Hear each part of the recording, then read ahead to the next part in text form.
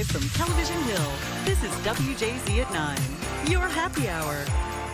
Good morning. Happy Tuesday. Thank you so much for waking up and joining us here on WJZ at 9. I'm Amy Kawada. And I'm Tim Williams. Of course, we have a full house this morning. Yes, we have Steve and Stephanie hanging out with us all morning long. We will check in with them in just a few minutes. But starting off today in our dollars and cents. It is graduation season. As we know, today's the last day of school for many students. We've been talking about that all morning.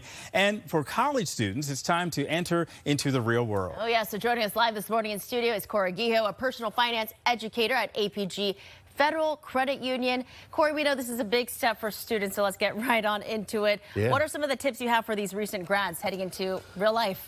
Yeah, real life hitting them fast. So first thing, recommend, get a bare bones budget. Okay. Got to figure out what are my fixed expenses. Rent, if you're living on your own, food, gas, clothing, the bare necessities. And then our first step should not be to have that income increase result in us having a living expenses increase. We're not going to be looking to get a bunch of subscriptions. We're not going to be looking to get a new fancy car. We want to set up a bare bones emergency savings account.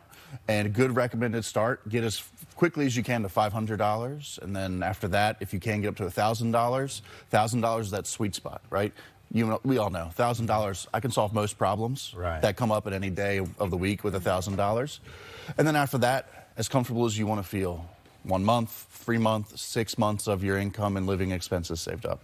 But starting out, we're getting at that $500 range just so we can get started and have that saving and that pattern of saving started. Yeah. And for those who are coming out of college, maybe they're just getting started into that whole area, they're carrying some student debt. Yeah, with student debt, well, first of all, we have lots of changes coming with student loans and the way they're going to be working over the next couple of years. But the way we can prepare now based on the way things are is you can take a look at your federal student loans, see which ones have the highest interest rates, and then you can start making a plan to make the minimum payment on each of those.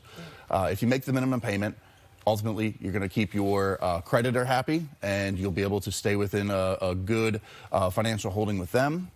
And then what we can do is if you have any extra money, you can throw it at whichever loans are the highest interest rate, and that can help you pay down your loans faster and ultimately save you money in the long run. So for parents, what advice do you have for them? Because this is the time of year where, the kids are going off into real world. They are cutting the cord of their kids. This is time to do your own thing. What advice do you have for parents to help their kids easily, enter? Do you recommend cutting the cord right away or phasing it out? So, I'm a young parent. I have 3 kids myself, 9, 7, and 5. My wife and I, we have plans already for them. But if your kid is, say, a college graduate, what are you planning to do? The housing market's rough. Yeah. Trying to get a place to live, trying to find a place to rent, especially doing it on your own, can be challenging. If you can allow your college grad to live at home for a little bit so they can get their finances in order before they move out, that's great. Otherwise, if they're moving out, going into the real world, maybe helping them out with, first month's rent if you can afford it, maybe helping them out with some groceries, some gift cards. I know I've attended a couple different college graduations this year. That's some of the things that I like to give is like, hey, you just graduated. Here's some money. Here's a gas gift card, for you to be able to get to work. Here's some money for that local grocery store that you go to. That way I can help that graduate out with not just cash that they could go spend on anything, but giving them something so they can start to learn how to live as an adult.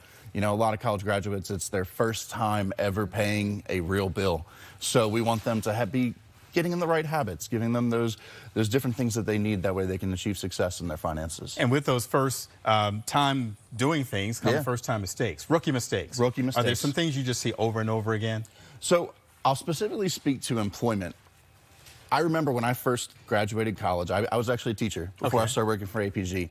And I learned from my family members who were teachers, we had this really great thing called a pension for teachers. But for a lot of employers, especially if you're working outside of the public sector, you have to save for retirement.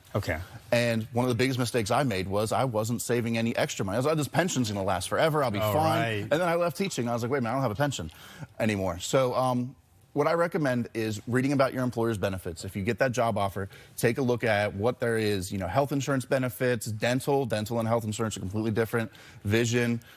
Take a look at your PTO, see what your days off look like, and then the 401k, 403b if you're working in the public sector.